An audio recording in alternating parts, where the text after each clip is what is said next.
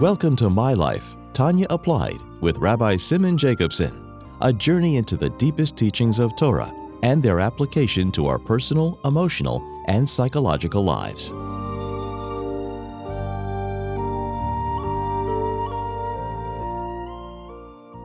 A good tavach, a good week. We continue our journey in the life-changing Sefer Tanya. This program is made possible by Rena Lights LLC and is in honor and memory of Rabbi Yosef Halevi Weinberg Olav Hashalom, Rabbi Moshe Pinchas HaKohen Katz Olav Hashalom, and Rabbi Yael HaKohen Khan Olav Hashalom. It's also on schus and merit of Rabbi Zev Yecheskel HaKohen and Risha Katz Le'erich Yom B'Shanim Tevis for many long, healthy years. It's also, and above all, the current circumstances in honor of our sacred and holy soldiers fighting a battle, defending and protecting the Jewish people in Eretz Yisrael. May Hashem protect them all, release the hostages, and end this once and for all. It should only be shalom, shati shalom ba'aretz forever and ever, with the becoming of the Geula. Learning Chassidus, Tanya Shteirishah B'Ksav of Chassidus hastens that and speeds that up. Like the Baal Shem Tov heard from Mashiach, when will you come? When will Mashiach come? Kishiyafutsu, ma'nesecha chutza. So this class, and all the classes, are all part of that process. So we finished chapter 17 in Tanya, Perikut Zayin, we're up to Perikut Ches. This is an important juncture in Tanya, as we shall explain, where there's a shift in the discussion. But the first thing we'll do is sum up what we learned at the end of chapter 17, and in general the first 17 chapters, and then an introduction into chapter 18, and as we continue on. So, in the end of chapter 17, which the whole chapter 17 in general was focused on the words that the Alter Rebbe uses on the Sharblat of Tanya. Korevei lecha adover me'ed, that this sefer that Tanya is based on, miyusad. To explain well the posik, Korevei lecha adover me'ed beficha b'lvavcha la'asesei. So how do you explain that Torah mitzvahs is Korevei lecha adover me'ed, which means it's accessible, it's reachable, not something that's distant or in heaven, or across a wide sea, as the pasuk says, but karev elecha, and not just elecha dover, but ma'id, which we'll talk about in chapter 18 especially and on, but beficha b'lvavcha la'asesei, in your mouth, in your heart, and your actions. Not just in your mouth and actions, not just in dibur and maisa, speech and action, but also b'lvavcha. So how is that possible? The answer, like the Alter Rebbe asked at the beginning of chapter 17, that's neged hachusha lanu. It's counterintuitive. It doesn't seem to make sense, because if your heart is not there, it's not there. And like he said in chapter 17, that you see, it's not a simple thing to transform the heart's desires of the animal soul, which desires materialism, toward godliness. So how do you say korevei lecha dover me'ed b'lvavcha?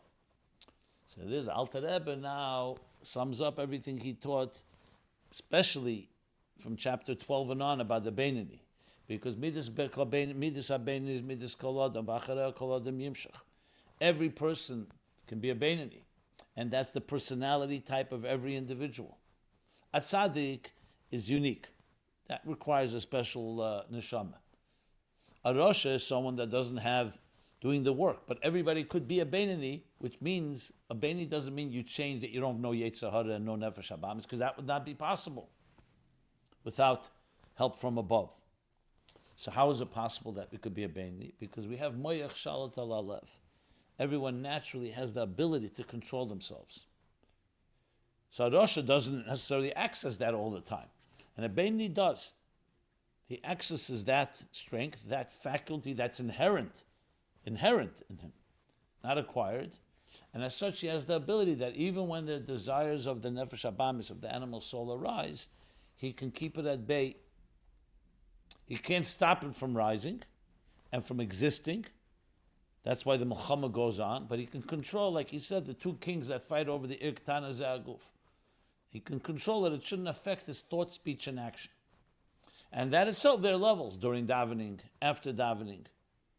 And the Beni itself, we learn many different levels as well throughout. So what do you know from all of this? That it's accessible because of all the tools that he has. And Moich Shal Talev was a primary one, but there's also the Hashem's help that he gives him. And other factors. So that explains why Karav Elecha Davar Me'ed Befichlo B'Lvavcha L'Seisei, even B'Lvavcha, because he can control his heart, meaning the heart's desires of the animal soul, the Beni can. The question is to what extent. So we learned there's a level in chapter 16 where he controls it, where a person is able to contemplate to the point that he actually has a fiery passion, ava bizgalus liba is the expression. And that's what dominates. It's still a Beinoni, but that's the work that he did. And that's what's necessary in a Beinoni, like he explained in chapter 15, that to be avodai, to be an Eved Elikim, meaning to be an Eved Elikim, you have to be able to be an Oved Elikim, as he explained in chapter 15. You have to constantly make effort. It can't just be relying on your nature or your second nature. And what is the effort? That work that you do with that contemplation. So there's a level where you actually bring this galus libe, which actually comes passion. But even if a person doesnn't reach that level, said the Alter Rebbe in chapter 16, he could have talumes libe, that he feels it's worthy. His mind has brought him at least to the point he doesn't feel a fiery passion and love, but he feels that he's worthy, that it's worthy to love God, to the point that it has a b'lvavcha la seisei. So it may not be a full fiery passion in levavcha, but it's enough to impact his la seisei, his actions, his thought, speech, and action. And as such, that's why he is able. That's why Karav Elecha Davar Me'ed, as explained in chapter 16, and then following into chapter 17. That was the first half of chapter 17.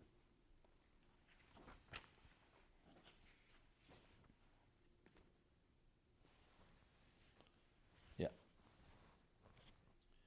The second half, what about the Rasha?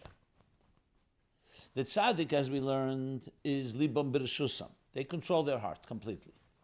The Beinoni is not libam b'reshusam, but moich shal talev. He controls it with the moich. In other words, it's not he has to make that effort.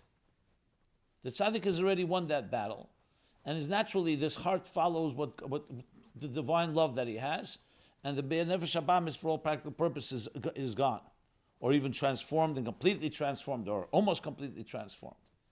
What about the Rasha? The opposite. Hein b'reshus libam. Their heart, their desire, their emotions control them. So it's not they're not exercising moich shal talev. And the Alter Rebbe said even not only that ein libam b'reshusam klal. That means essentially they follow their instinctive, their impulsive desires. This doesn't mean every second, but it means that's their state of being. In contrast to Beinoni, whose state of being is self-control. I mean, we could all find examples of it. There are times where you're in a state of that type of self-mastery and self-control, and there are times you're not. But Rasha in general is not. And that's why he succumbs to his desires quite easily. The question is to the extent. So what do we deal with? What about this person? So in a way, you could think of the end of chapter 17, the Alter Rebbe is rounding out because he wants to address all people. At the end of the day, even though Midas Habein is Midas Kolodam, but the fact of the matter is there are the existence of the Rasha, the Shoyim. So what happens with the Shoyim? So we discussed at length the difference between the Rasha V'Tevle and Rasha V'Rale. So he says, Rasha Be'emes, this is the end of chapter 17, where he says that Rasha Be'emes, Mishu Rasha Be'emes, and that's when we say, Hem B'Reshus Libam, Ve'en Libam B'Reshusam Klal. Because by Rasha V'Tevle, you can't say Ein Libam B'Reshusam Klal, because there are times, and many times. Remember, Rasha V'Tevle is even someone who does one Aveda all his life. So when you say Shoyim and B'Reshus Libam, he's saying Rasha Be'emes, and that tak is the Einish, that the Einish, the punishment, the consequence of that, is that he does not have control over himself. So the moich shal talev, which is natural and inherent to a person, has been blocked, so to speak. It's like we talk about an addict. Even though his soul is complete and his divine soul is there, and naturally he has moich shal talev, but here he's essentially become so toxic in his life through his choices that it's blocking the moich shal talev. Something has to happen to dislodge the blocks and the impediments. And since he's a person like that, meaning Elu, the Mereshayim, who even their lifetimes they're called Mesim, that's why you can't say Karev Elecha Dover Meir on that person, except if they do tshuva.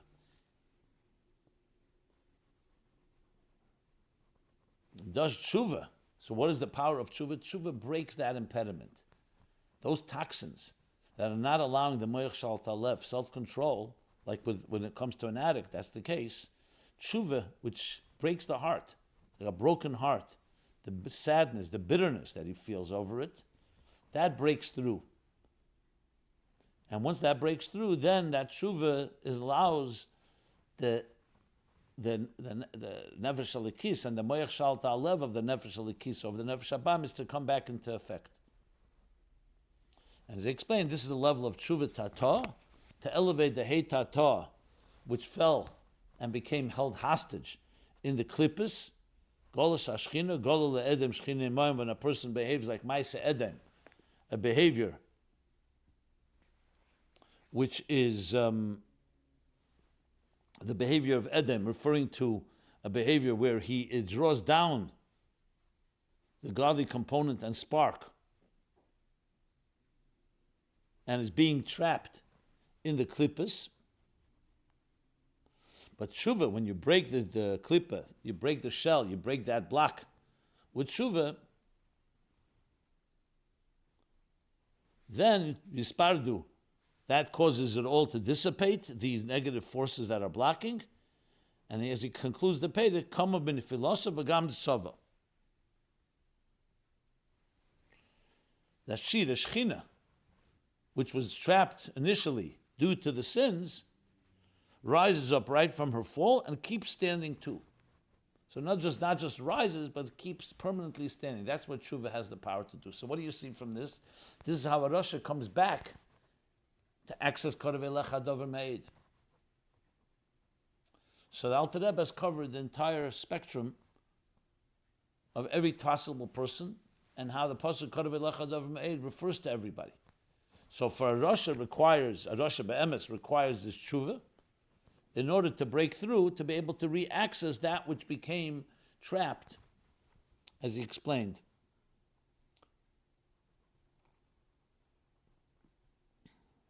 Okay, so this concludes chapter 17. Now, before we go to chapter 18, let's now an overview of what we've learned.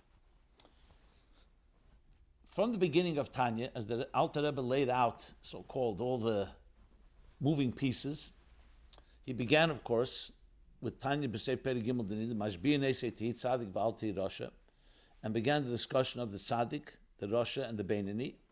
Bunch of questions that the Alter Rebbe asked at the beginning of chapter 1, which the answer begins coming in chapter 10, and especially chapter 12 and on, where he gets back to Tzaddik in chapter 10, Rasha in chapter 11, and Beini in chapter 12 and on. And essentially, we're talking primarily about the Beini even till here. But before we got to that, the Alter Rebbe gave a long discussion on what makes a person a person. Who are you? The two souls, the divine soul and the animal soul. The animal soul he begins discussing at the end of second half of chapter 1. Chapter 2, 3, 4, and 5 is about the divine soul. What is the divine soul? Its core connection to godliness, its faculties, mind, emotions, how it connects to the divine, because its mind and emotions are all guided toward Elokus, as he explains there. Then the garments of that divine soul, the thought, speech, and action, and through Torah and mitzvahs, a person stimulates and arouses and awakens and allows the divine soul to manifest. Then in chapters 6, 7, and 8, he talked about the animal soul. With Zelu Mazeh, it's like a parallel universe, an alter ego. And then in chapter 9, he brought them both together and saying, here's the battle. The divine soul and the animal soul meet within each one of us. In the Iktana Zehaguf, in the small city which is the body. And our faculties are the citizens of the city, the limbs and organs. And who's going to control a person? Who's going to control this human being? And namely the thought, speech, and action. Because the faculties are there. The faculties of the divine soul are divine, are drawn to the divine and to the transcendent. The faculties of the animal soul are drawn, as he said, the left side of the heart, toward the impulses and impulsive emotions of its own survival and needs. And there's a battle. The divine soul rests in the mind, and from there goes to the right side of the heart. So that's the battle. The goal, of course, is that the divine soul should win this battle. And it should control the irktana of the human being. Then after explaining setting the stage of the battle, then comes the chapters that discuss what happens. The end of chapter 9, the Alter Rebbe, of course, talks about how a person does control, and to the point that actually the love of the divine affects even the left side of the heart. But then, in categorizing it, chapter 10 talks about the tzaddik. Tzaddik is someone who's completely won the battle. In a tzaddik itself, there are two levels. Then the Rosh who's not won the battle. He's having the battle, and sometimes the Nefesh Elikis wins, sometimes the Nefesh Abayim. So think of it of a perpetual battle over a city. By the tzaddik, the divine soul has won the battle. The Beinani in chapter 12 is obviously the focus of Sefer Shel Beinim. And what does the Beinani come to teach us? The Beinani is that he has both. He has the faculties, he has the battle, but he's winning the battle. But the battle doesn't stop. By the tzaddik, the battle is over. The divine soul has won. By the Beinani, the battle continues, but the Moyach Shal Talev that we discussed, that's inherent in him, keeps control over the city in the thought, speech, and action. And then he continues, chapter 12, chapter 13, chapter 14, all discussing that, and with that explaining the questions he asked in chapter 1 about what means Mashbin Eseti Tzaddik and what means Alti Rosha and why you need both. And that and Rabbah, who considered himself a Beinani. Why? Because a Beinani is not a Rosha. A Beinani is like a Rosha in the faculties, but in this Machshava Dibra Maisa, he's complete control. And then he continued in chapter 15 to discuss in Beinani itself levels of a Eved Elikim, a Lo Yavodai.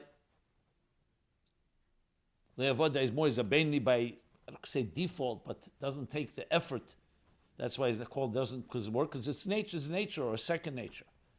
And then there's the effort of Eved, that he's a Eved, Lashon Heva, that he serves and works hard to maintain that status of being a Beinani. And that itself, he spoke about levels. It could be that his mind is so in control, or it could be he even brought there something that we're going to talk about now more at length in chapter 18, that you can also access your natural love, but with work. Not relying purely on reflexes or on your nature, on nature or second nature. Human nature, the person's nature or second nature. The nature that he has, for example, that he wants to learn. Or the nature that he has that he's somewhat not so passionate about with materialism. So it's all natural. But Aveda means that he works on it. And that led us into chapter 16, where the Alter Rebbe says the two klolim, that the Beinani is the person who's not just controlling his thought, speech, and action. His state of being is such that he's in a state of self-control, because his mind is so powerfully dominating and controlling his heart. And then he talks about the second klal, even if a person can't reach that level, like we spoke about passionate love, but it can reach at least the level with his mind, the Ava Mishoteres and Talumas Libe, the Ava Betalumas Libe, that he feels that it's worthy loving God. So he doesn't feel it fully as someone feels it, but all of his being realizes the importance of it. And it has impact. It's not just theoretical. It impacts his thought, speech, and action, as he explains there. And that itself, HaKadosh Baruch Hu Mitzarfa L'Maisa, the Eibishter helps him as he does that, to actually connect it to the Maisim, as we discussed there in chapter 16. And that led to chapter 17. In chapter 17, like we just reviewed, it brings it together to Kodev Elecha Dover Meid. That's why it's Kodev Elecha. Also Bilvavcha. Bilvavcha at least La Seise. Obviously, for someone who's in the first level, where he has the passionate love, it's not just Bilvavcha connection to La Seise, meaning that it's enough that he feels the worthiness. He actually feels the love. So then it's even stronger. But even if someone doesn't reach that level, it's still Kodev Elecha Bilvavcha La Seise, like he says, because anyone who has a mind, a brain in his head, is able to contemplate it, and that he has control over. Liboy is not Bereshusei. He doesn't have control over his heart like the tzaddik does. But he has control over his mind, and his mind can control his heart. So b'meila, that way, that causes him to be able to maintain that status. And regarding the Rasha, now that we're talking all these levels, because everything started with tzaddik, beini, and Rasha, we talked that ultimately the Rasha v'rale even requires tshuva. The Rasha v'tevle we also discussed, because the Rasha v'tevle is not a Rasha be'emes. And there too there's tshuva, but it's not quite the way it is by a Rosh Virale, who's completely under the control over his impulses, of his heart, of the animal soul. And the details about the Rosh V'Tev, I refer to what we discussed in previous classes. Okay. So now that we've established that, this is an introduction, let's now continue in chapter 18. So what is the Alter Rebbe now going to say? So I'll just read a few lines, but I want to explain really before we actually get into the thick of it. So Alter Rebbe starts Perek Yud Ches, L'teisvus bir, bayit hetiv, L'teisvus bir, to further understand bayit hetiv, with clarity, with a good understanding, with a good explanation, milas ma'oid.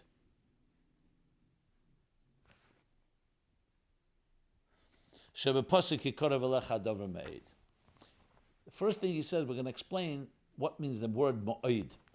We're not just saying it's accessible. We're not just saying that it's within reach, korav elecha, but we're saying it's very much within reach, ma'oid. That we need to understand what that means. It's one thing to say it's accessible, like we learned, but to say it's very much so needs further explanation. Now, when you read the Pashtus L'teisvus bir, the Alter Rebbe could have began the chapter and said, V'yesh lahavin, or we need to explain milas ma'od. But he says L'teisvus bir, which means what he's saying here is also an additional explanation to what we learned till now. So it's not a completely new topic. He's continuing and said to additionally explain what we've learned, we now need to explain the word ma'od. But then when we continue learning, we're going to see the Alter Rebbe is now going to introduce, even though he already made mention of it, he's going to introduce another type of ava. Till now, we've been talking about the ava that comes through avodah. As a matter of fact, in chapter 15, he made it very clear that if it's just due to the love in your natural heart that a person loves God, because neshama is a chelik elikam and mal mamish, that's lo yavodah. You need some work. And the main work, and that was the whole focus, was to contemplate on Elokus, to the point that it gives birth to midas. The main focus was not reaching the natural love that's in you. It was to give birth to new midas. From here on, in chapter 18 and 19, he starts talking about the ava that is natural to every person that we inherited from in our DNA, from Yerushim Aviseinu. So you would think, why is this L'teisvus bir? You could argue it's a new. Now he's going to another approach, which will explain why it's ma'od. But the fact that he says L'teisvus bir tells you that it's a continuation of what we've been discussing, because it's still all about korav elecha davar meid. He's not coming. It's true, he's coming to teach now another path to experience divine love, but it's another path that's coming in addition to what we've learned till now. That's the L'teisvus bir. Now this is vital because in understanding these two approaches, one is that your mind, you contemplate on something and your mind leads you and gives birth to emotions, to feelings. And the other approach, which is that it's coming naturally from your natural love. So each one has a mila, has a quality that the other doesn't have. Let's explain what that is. The first one takes a lot more work because you're not accessing necessarily your natural love, even though you also access it, as we'll discuss, and he mentioned that also earlier in chapter 12 and in chapter 15 briefly. But the primary is about your contemplating. You're contemplating, like he said in chapter 3, on Mamala Kalam and the Savior of Kalam, how God fills all of existence, and God is beyond existence, and Kula Kamei Kalachashiv, everything is nullified before him. And that in turn awakens emotions of longing and connecting and wanting to connect with the divine. So on one hand, it's much harder work. Whereas opposed, the second approach is about accessing something that's already there. It may be dormant, it may be silent, but it's there. The pilot flame is there, and you're fanning those flames. On the other hand, the first approach is a more permanent one, because if you worked hard at it, it became yours. Your mind and emotions have become under your control. Whereas the second is true. It's a powerful experience. The powerful experience of accessing the very love, the natural love that the neshama has to godliness. But since it didn't come with the same amount of work, you're doing something that's there, its permanence, it's permeating you, it's completely transforming you, has not taken place. So that's why the Chassidim that teach, when the Alter Rebbe writes in the introduction to Tanya, so he says, what does he say? Levayed Heitev, to explain well. And sixthly, he also says Bayed Heitev here too. The word Levayed Heitev, to explain well what? Eichshu Karev Elecha, the pasuk Karev Elecha Adov Meid B'fichel Bavov Chlasei, B'derech Harucha K'tzara. So the question is, what means Derech Harucha K'tzara? So we know, we discussed it when we first started learning Tanya, it comes from the Gemara. The two ways to get to the city. One is a Derech Harucha K'tzara, which means it takes longer, but doesn't have the same stumbling blocks. The other is Derech K'tzara Arucha, it's a shorter path, but there's a lot of stumbling blocks. So it's Taka K'tzara, but it's Arucha. The first one is Arucha, but it's K'tzara because once you do it, it takes longer, but once you do it, you have a smooth path.